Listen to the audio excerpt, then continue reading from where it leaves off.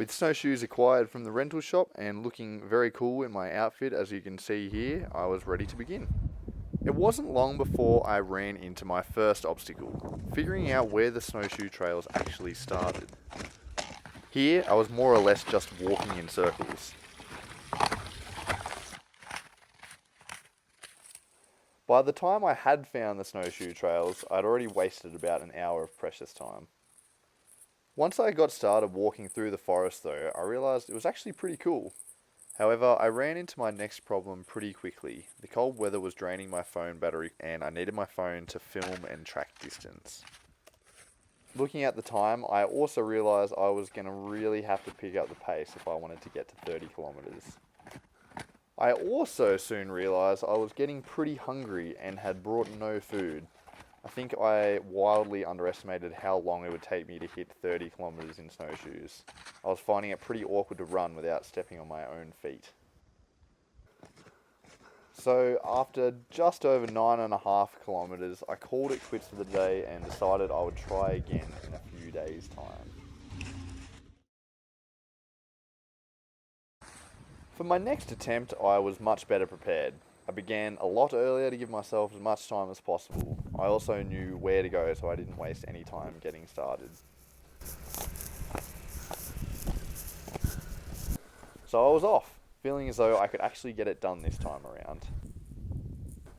I went through this track, which ended up being a loop back to the village. Having already done a grueling 3 kilometres, I thought I'd treat myself to a coffee for some extra energy. And I also now had a skiing companion with me. Hi. Hello.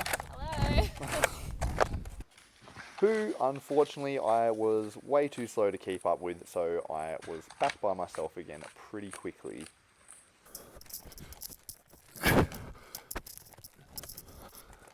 Here you can see I decided to live life on the edge a bit and went down a black diamond snowshoe trail. I didn't even know there was such a thing, but there you go.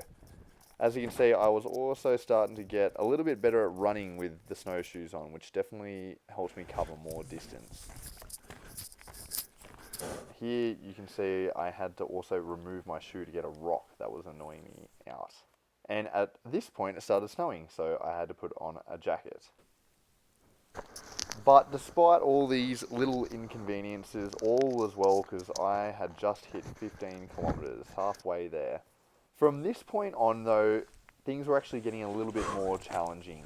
I was pretty fatigued, my shoes were soaked, and I needed to recharge my phone. So I headed back home where I took a break, recharged my phone, and dried my wet shoes.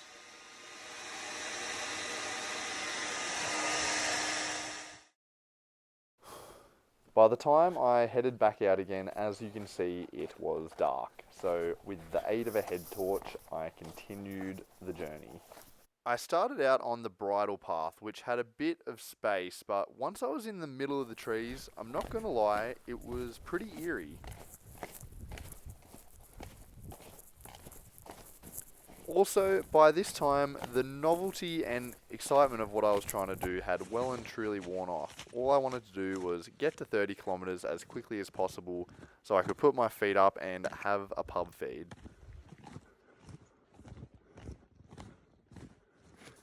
Once I got a bit past 25 kilometres though, I got a new wave of motivation. I knew at this signpost the rest of the trail would lead me back to the village and have me at just about 30 kilometres. So, with the aid of a bit of upbeat music, I marched on, and sure enough, as I arrived at the village, I had about 500 metres to go. So, I decided to just walk around in circles next to the car park until I rolled over the finish line. As you can see, I also had my very own personal cheer squad for the final leg.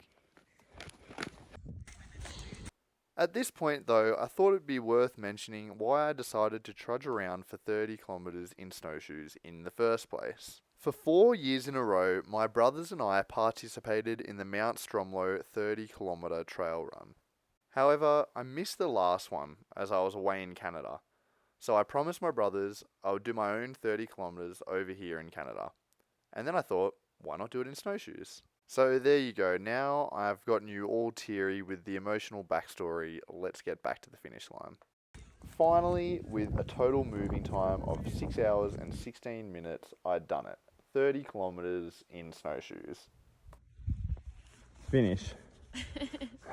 Yay!